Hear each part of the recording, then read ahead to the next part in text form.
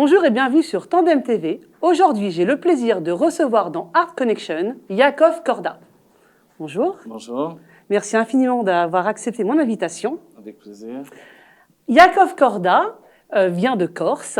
Tout jeune, il a commencé à écrire une pièce de théâtre qu'il a produite dès l'âge de 16 ans. Il est aussi comédien, chanteur corse. Il a aussi travaillé à la radio. Il est sculpteur, peintre et écrivain et conférencier. Donc vous nous avez fait le plaisir aujourd'hui de nous apporter pas mal d'œuvres et notamment ces beaux livres que vous allez nous présenter. D'accord, avec plaisir. Alors, vous voulez que je vous présente chaque livre un petit peu? Oui. Faire un survol. On va dire, à la base, l'idée de faire des livres et des romans, c'était de retransmettre en fait les enseignements que j'étudie moi-même et que je transmets, puisque je suis conférencier, enseignant en Chassidut Chabad. Et on va dire que dans ma spécialité, j'ai étudié également 10 ans avec les kabbalistes. Donc j'ai été formé à la Kabbalah et à transmettre la Kabbalah du Harizal, le Etzraïm, etc., par des maîtres. Et je suis resté 10 ans donc en shlichut, émissaire du Rabbi chez les kabbalistes. Ce qui fait que pendant cette période-là, il y a eu beaucoup de demandes pour que j'enseigne également chez les francophones et même pour le public féminin. Et c'est le moment où j'ai commencé à écrire. Au début, j'écrivais des comptes rendus d'études. Et petit à petit, je me suis aperçu que c'était bien aussi de passer le pas et d'utiliser justement mon expérience du théâtre pour écrire d'autres choses. Et je me suis tenté à la nouvelle, et de la nouvelle, je suis parti dans le roman. Et là, dans le roman, effectivement, ça n'a pas été juste écrire un roman pour écrire une histoire fantaisiste, mais d'y intégrer vraiment les enseignements les plus profonds de la Kabbalah et de la Chassidut. Voilà, et en particulier, le livre qui est témoin de ça, c'est le journal d'un jeune homme d'Espagne. Alors, c'est un livre qui a été écrit sur la période de 15 ans. Donc, c'est vraiment 5 petits livres, petits ou moins petits, mais qui... Vous avez comme ça compilé voilà, 15 ans. Puisque je viens de les terminer, finalement, le 5e. Donc, j'ai tout compilé. Et dernièrement, j'ai tout mis sur Amazon pour que ça soit accessible dans le monde entier. Donc, voilà, c'est très facile ensuite d'avoir les coordonnées, de pouvoir commander le livre et le recevoir partout dans le monde. Qu'est-ce que vous nous avez apporté d'autre? Alors voilà. Donc là, je vois que ce qui est très sympa aussi, ça a plaît vraiment à tout le monde, c'est la signification des prénoms. Donc, vous avez la psychologie du prénom, de votre prénom hébraïque. Là, je l'ai lu un petit peu. C'est selon chaque lettre, en fait. On additionne toutes les lettres de votre prénom. Chaque lettre a une signification. Et après, on se comprend un peu mieux. Voilà, les caractères de la personne. Et c'est très, très intéressant. Et j'ai beaucoup aimé celui-là. Alors, effectivement, le projet de ce livre, au départ, c'est que pendant des années, dans les Hitvadouyot, les rencontres chassidiques, on me demandait souvent d'exprimer un prénom, etc. Au départ, je l'ai fait parce que le rabbi le faisait. Au début de la Nessiout, au début où il a pris justement le commandement des chassidim. Et après, comme il y avait beaucoup de monde, il a arrêté de le faire.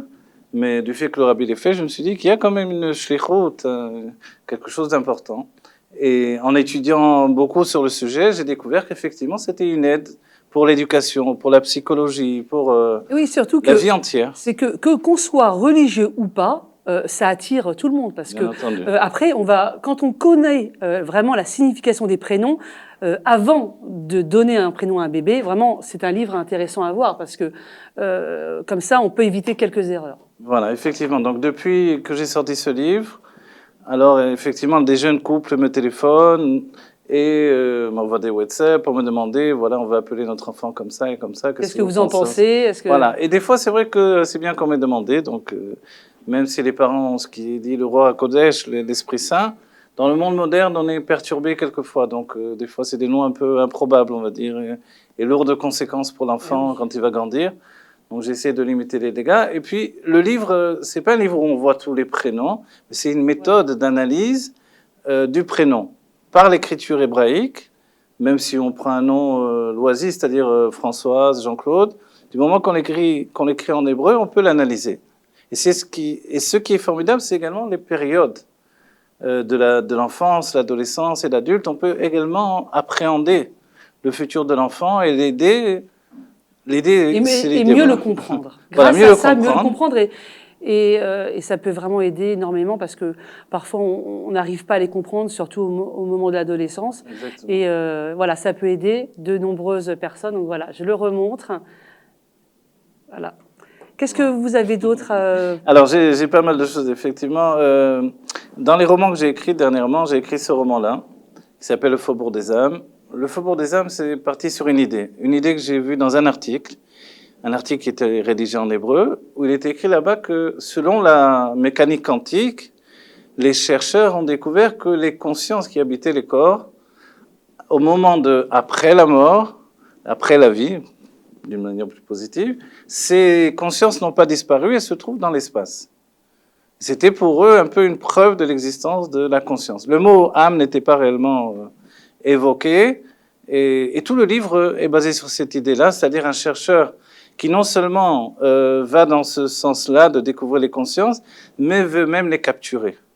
Il les capture, évidemment le monde entier s'associe, et le monde entier est contre lui en même temps.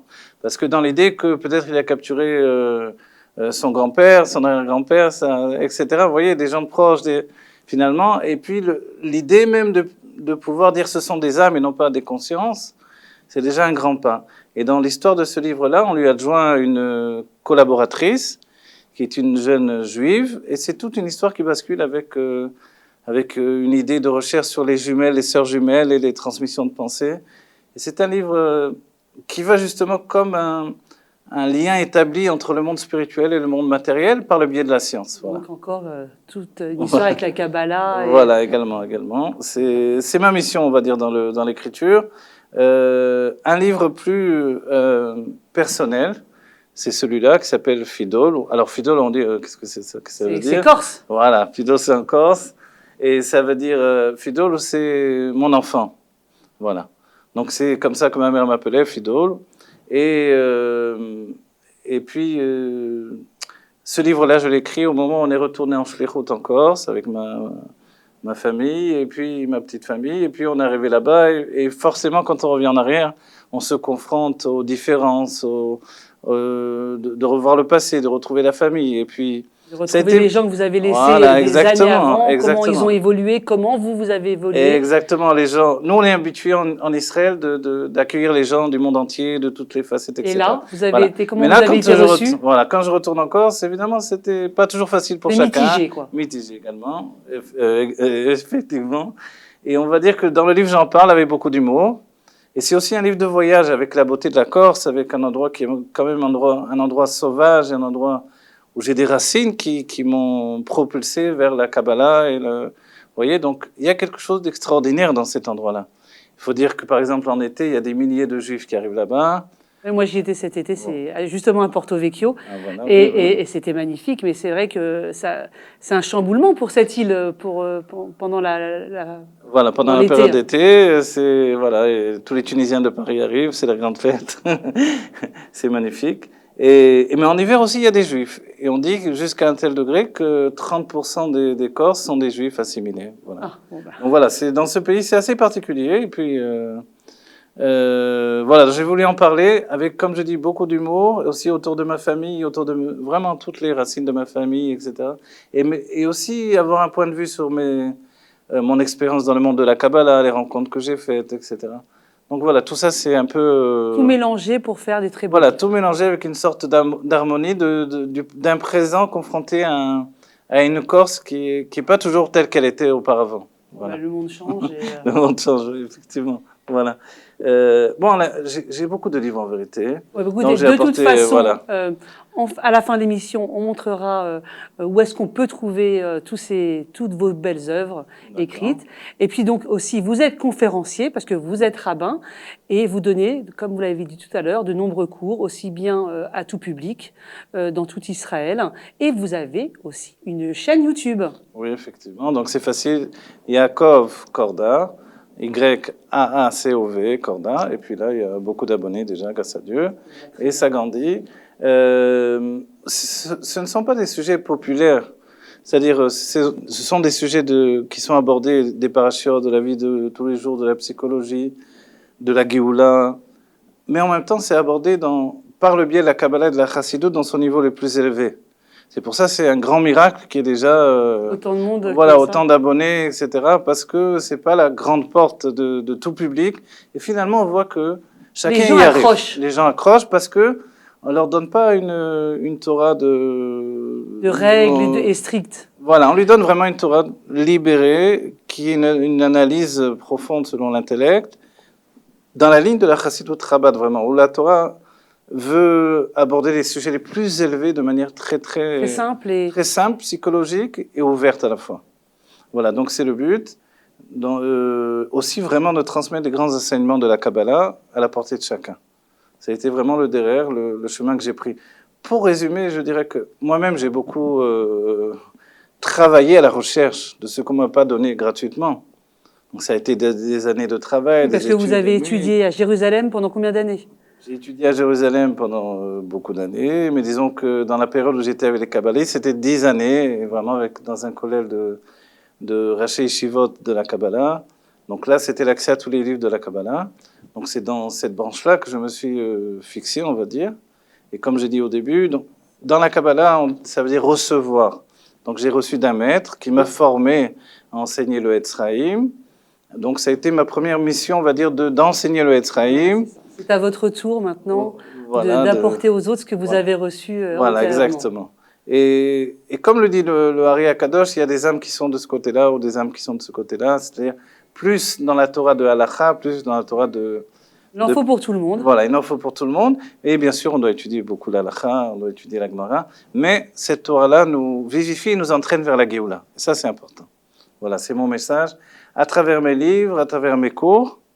Et alors, à travers maintenant vos peintures. Ah, voilà. Parce que alors, vous êtes peintre, vous avez été aussi sculpteur, Oui. vous faites aussi de très beaux dessins. Alors, on va commencer d'abord tout ce qui est portrait. Vous faites de nombreux portraits. Alors, vous nous avez apporté, voilà, on va en montrer quelques-uns. Voilà, vous faites beaucoup de le rabbi ou des rabbins. Alors là, Oui, comment alors, a c'est été le fait rabbi. Ouais. celui-là?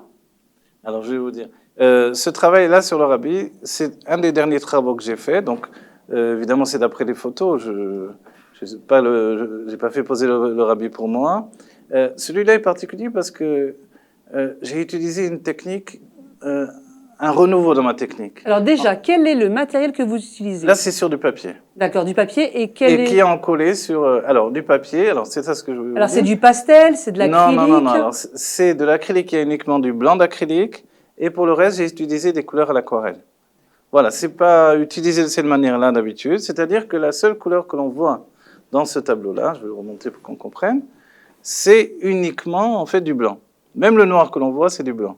Mais il est teinté avec des couleurs d'aquarelle, des couleurs à l'eau en godet, voilà, que l'on met par-dessus et qui viennent teinter le blanc. Pour faire une ombre comme ça. Pour avoir toutes les couleurs, mais à partir d'une unique base. Alors, c'est vrai qu'il y a un secret de Kabbalah là-dedans. On dit Kulam Bechorma Sita, tout est fait à partir de la Chorma, la sagesse, laquelle est la couleur blanche, etc. Et pourquoi j'ai fait de cette manière-là? Parce que j'aime les couleurs de l'aquarelle, qui sont beaucoup plus pures et plus transparentes. Et c'était un peu une recherche de simplicité. Avec le temps passé, quand j'enseigne la peinture depuis des années maintenant, on se rend compte que quand on apprend toutes les techniques, on veut se simplifier au maximum. Et c'est dans mon cheminement, de vouloir vraiment me simplifier, vous voyez, par la technique elle-même. Très joli.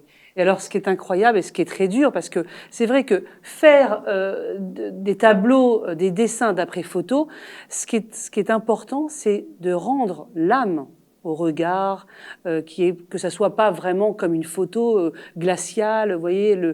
Là, ce qu'on voit dans tous vos dessins, c'est que les yeux sont très travaillés et on voit à travers les yeux vraiment la vie de la personne, l'âme qui en ressort. Et c'est ce que j'ai aimé vraiment dans vos portraits. Donc là, qu'est-ce que vous avez Alors, encore le oui, rabbi. En fait, voilà, alors je vous dis pourquoi c'est tellement le rabbi. D'abord, ce sont ici des commandes.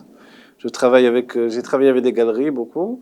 Et là, c'est un galeriste qui m'a commandé. Donc, ce sont des projets par rapport à un galeriste qui m'a commandé des travaux où le rabbi distribue la tzedaka. Donc, j'ai plusieurs études sur ce sujet-là. Vous voyez, il est tout petit parce que en soi, c'est une étude qui peut-être aboutira à quelque donc chose ça, de plus grand. donc, voilà, c'est ça. Vous faites Voilà. une esquisse de petite taille pour après, Voilà, pour pouvoir ensuite si vous travailler plus pouvez en vendre grand, des plus etc. grandes. Voilà. Et aujourd'hui, qui plus est, on a la possibilité de faire des copies sur plexiglas. Oui. C'est vraiment très très beau, etc.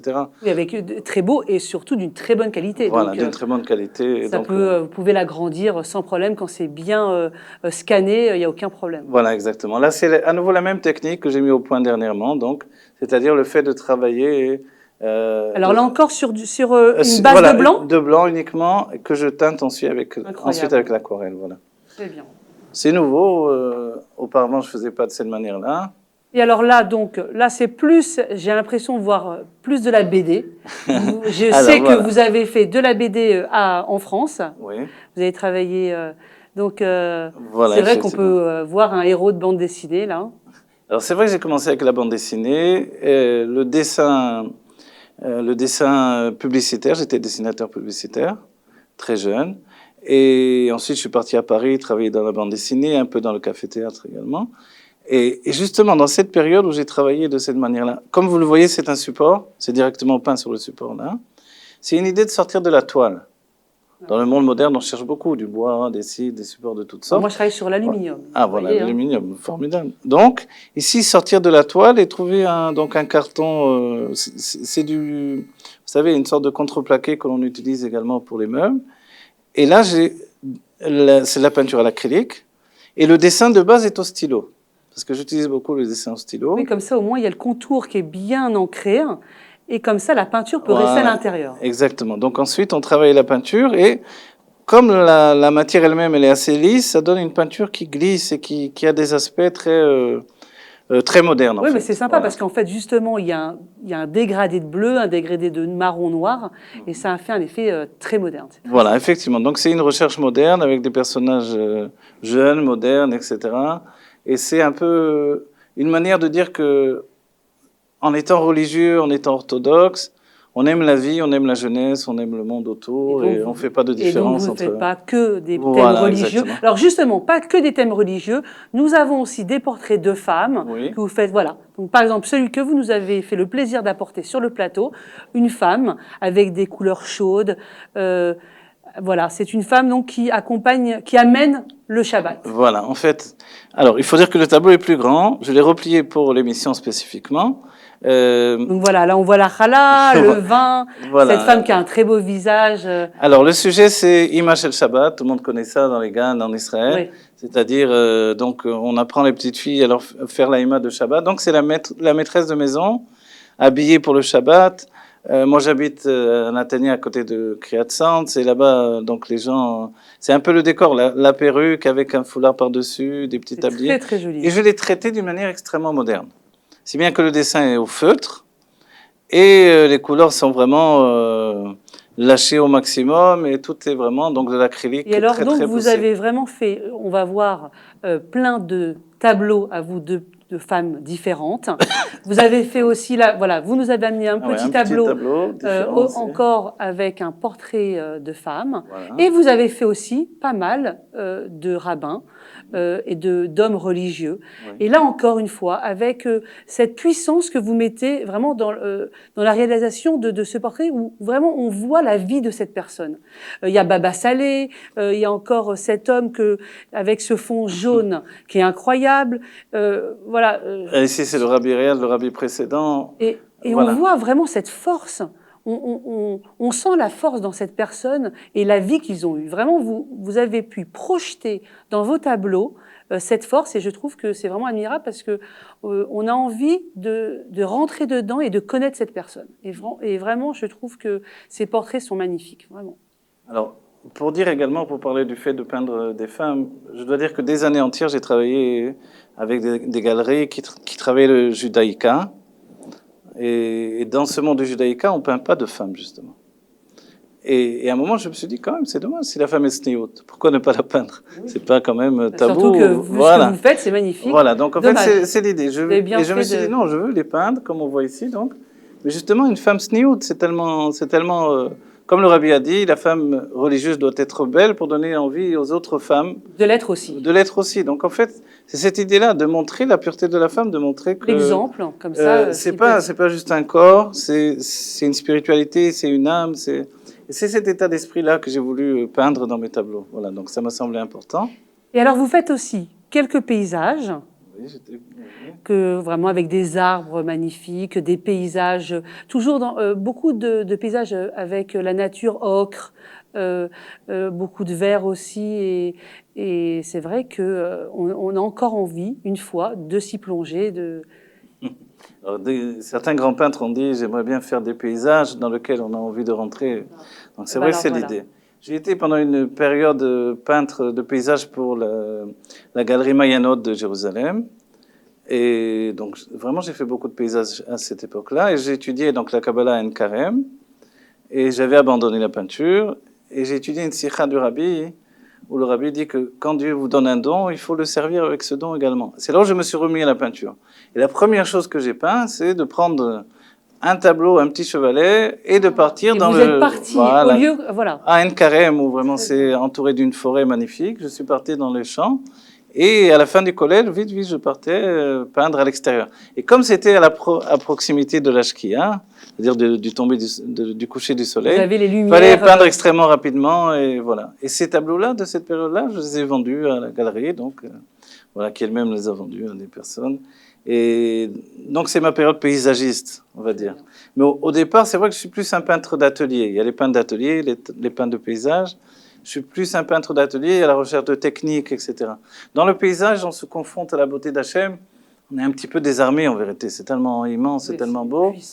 Donc on peint à la recherche de l'instant présent. Il faut le capturer parce que ça va très vite. Et puis ce qu'on ne sait pas, c'est que il peut arriver qu'il y a des bestioles qui vous viennent dans la peinture comme ça et qui font des petits chemins sur le tableau.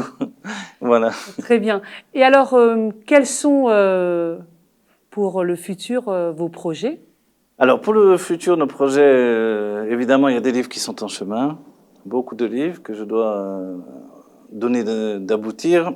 J'ai été un petit peu retardé parce que j'ai travaillé dans la traduction également, de l'hébreu au français.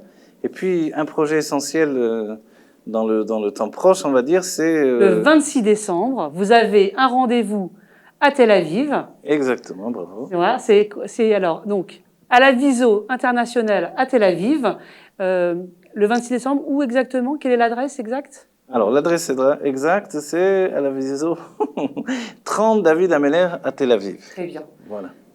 Donc ça comprend de nombreux artistes que vous allez rejoindre. C'est le festival des écrivains francophones. Voilà, je crois qu'il y a une trentaine d'écrivains qui va vous rejoindre. Exactement. Et c'est un événement à pas manquer. Il faut vraiment y aller. Et puis autrement, où est-ce qu'on peut retrouver toutes vos œuvres, aussi bien donc vos dessins, vos tableaux, mais aussi vos livres? Alors, on va parler des livres, par exemple. Les livres, on peut les trouver dans plusieurs endroits, dans la galerie, pas la galerie, dans la librairie, plusieurs librairies. Alors, la librairie, voilà, j'ai oublié. Voilà, de toute façon. À Jérusalem. D'accord. Comment ça s'appelle? Galia, voilà, la librairie Galia, voilà, ça m'est revenu de Jérusalem. Une librairie également, une autre librairie. On donnera les noms, les coordonnées. On va les mettre. Voilà. Et au final, bien sûr, j'ai tout mis sur Amazon pour pouvoir vendre au monde entier et que tout le monde puisse obtenir le livre de trois façons, c'est-à-dire soit en numérique, soit en broché, soit en relié également maintenant, et le recevoir à la maison, voilà. Et alors, est-ce qu'on peut venir dans votre atelier pour voir vos tableaux et vos dessins? Bien sûr, avec plaisir. Ouais. Voilà, très bien. Bon, et est-ce que vous avez tout ce qui est Facebook, Instagram, vous avez... Alors oui, bien sûr, je suis sur Facebook, Instagram et YouTube également. Et puis j'ai un site internet. On va inscrire sur l'écran. Voilà. Écoutez, merci infiniment. Merci à vous. Ça a été une très belle discussion et une très belle découverte. Voilà, je vous souhaite une très belle continuation dans tous vos domaines. J'espère que cette émission vous a plu autant que moi. Je vous retrouve le mois prochain avec encore un nouvel artiste. En attendant, restez sur Tandem.